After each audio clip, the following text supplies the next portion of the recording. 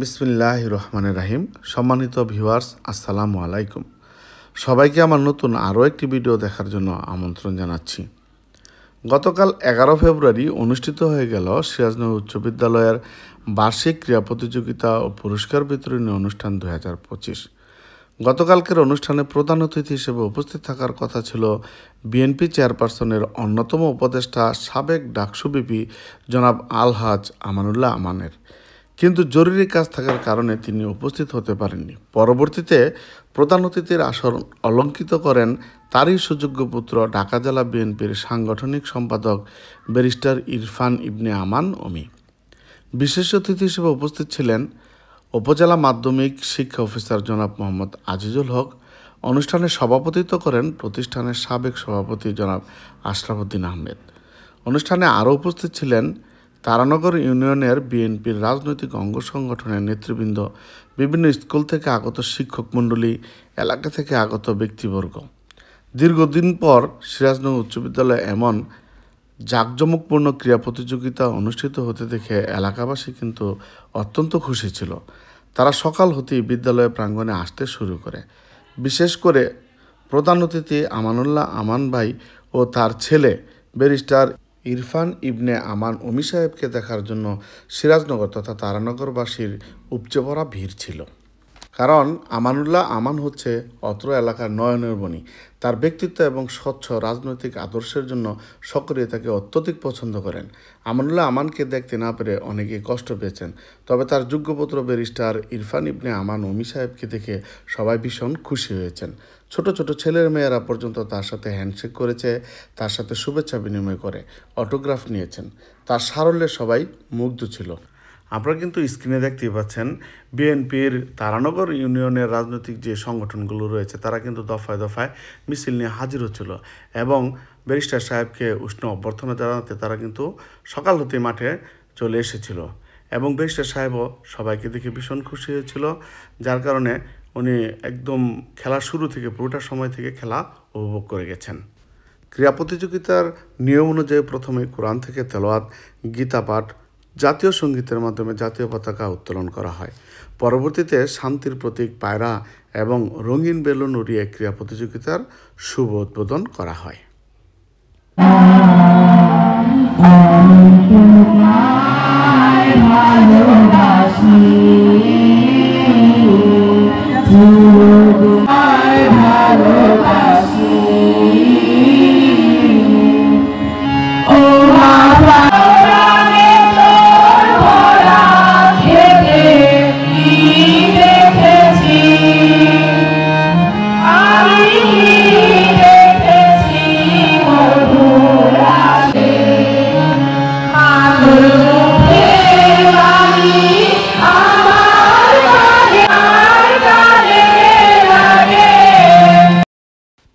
পরবর্তীতে শান্তির প্রতীক পায়রা এবং রঙিন বেলুন উড়িয়ে ক্রীড়া প্রতিযোগিতার শুভ উদ্বোধন করা হয়।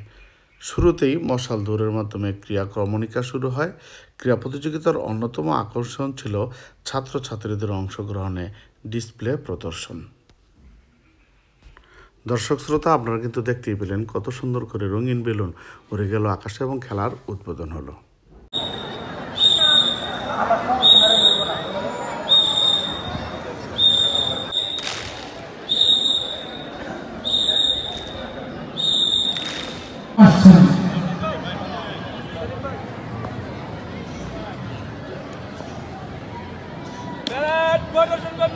আপনার অনুমতি পাচ্ছে স্যার।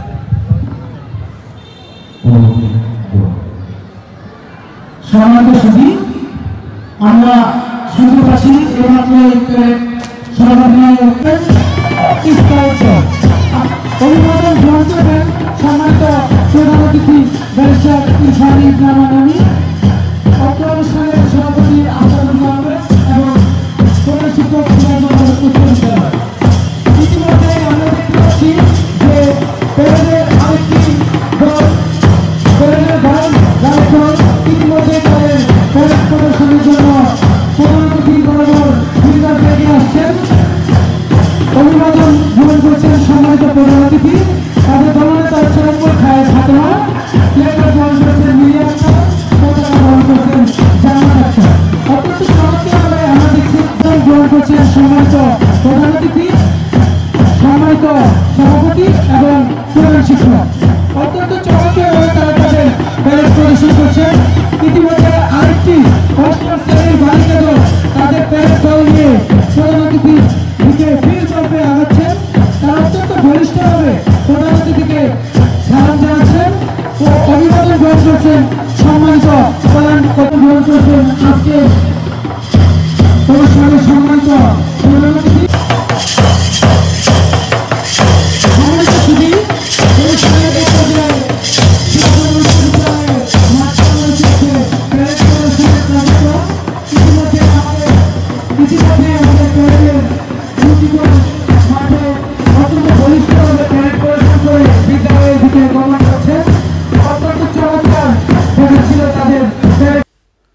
ক্রীড়া প্রতিযোগিতার অন্যতম প্রধান আকর্ষণ ছিল সিরাজনগর উচ্চ বিদ্যালয়ের ছাত্রছাত্রীদের অংশগ্রহণে মনোজ্ঞ ডিসপ্লে প্রদর্শন।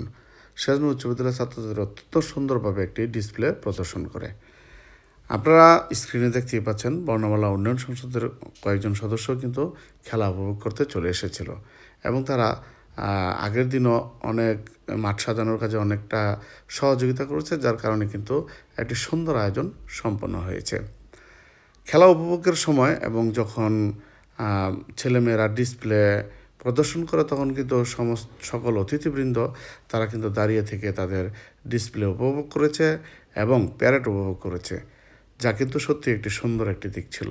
আপনারা দেখতে পাচ্ছেন মশাল প্রজ্বলিত হচ্ছে এবং এরই মধ্যে কিন্তু খেলাও শুরু হয়ে গেল। প্রথমেই ছিল বালিকা সি গ্রুপের 200 মিটার দৌড়, অর্থাৎ পুরো মাঠটিকে একবার প্রদক্ষিণ করতে হবে। এই খেলাটি অত্যন্ত চমৎকারভাবে তারা খেলে গিয়েছে এবং খেলা শেষে প্রথম, দ্বিতীয় এবং তৃতীয় স্থান নির্ধারিত হয়। এর পরপরই আরও কিছু খেলা অনুষ্ঠিত হয়। খেলাগুলোর মধ্যে রয়েছে দৌড় এবং এলাকাবাসীর সকলের অংশগ্রহণে ছিল বাইক প্রতিযোগিতা, স্লো বাইক প্রতিযোগিতা। অত্যন্ত আকর্ষণীয় খেলাটি সবাই সুন্দর মতো খেলেছে। এখানে ছোট ক্ষুদে শিক্ষার্থীদের আরও একটি খেলা, দৌড় খেলা অনুষ্ঠিত হলো। দৌড় খেলায় কিন্তু আমরা ফলাফল ইতিমধ্যে হাতে পেয়ে গেছি। প্রথম, দ্বিতীয় এবং তৃতীয় স্থান নির্ধারিত। তারা কিন্তু আনন্দে মেতেছিল। এর পরপরই সর্বসাধারণের অংশগ্রহণে অনুষ্ঠিত হয় স্লো বাইক রেস প্রতিযোগিতাটি। আপনারা জানেন স্লো বাইক রেস প্রতিযোগিতা একটি অত্যন্ত আকর্ষণীয় একটা খেলা। এই খেলায় কিন্তু অনেক প্রতিযোগী অংশগ্রহণ করেছিল। প্রায় 50 জনের উপরও প্রতিযোগী অংশগ্রহণ করে থাকতে পারে, সঠিক জানা নেই। তবে অত্যন্ত আকর্ষণীয় খেলাটিতে কিন্তু প্রথম স্থান অর্জন করে নিয়েছে আমাদের বর্ণমালা উন্নয়ন সংসদের একজন সদস্য তানবীর তুষার এবং দ্বিতীয় স্থান অর্জন করে নিয়েছে শাহাদাতুল ইসলাম সিয়াম এবং তৃতীয় স্থান ছিল লিটন। যাই হোক, তাদেরকে ভিডিওর পক্ষ থেকে অভিনন্দন জানাচ্ছি। এর পরপরই শুরু হয় পুরস্কার প্রদানের পালা। পুরস্কার প্রদানে কিন্তু প্রথমেই বক্তব্য প্রদান করেন আমাদের প্রধান অতিথি। সবাইকে শুভেচ্ছা জানাই। আজকে আমার প্রিয় ছাত্রছাত্রীবৃন্দ, আপনাদের সবার সাফল্য কামনা করি এবং আমি দোয়া করি আপনাদের উজ্জ্বল ভবিষ্যতের জন্য।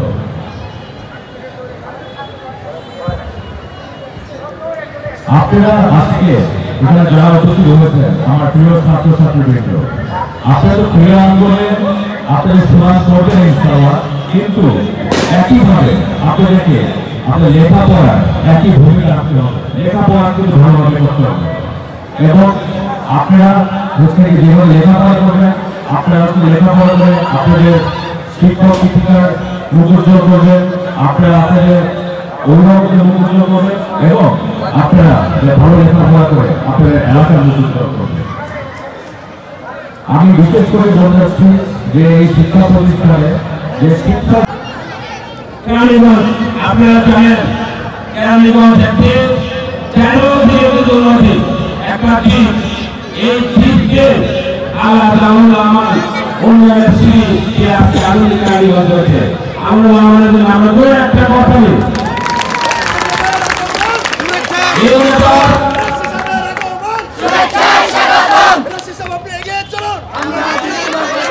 এই নেতার উন্নয়নের কথা বলতে গেলে কয়েক ঘন্টা সময় লাগবে।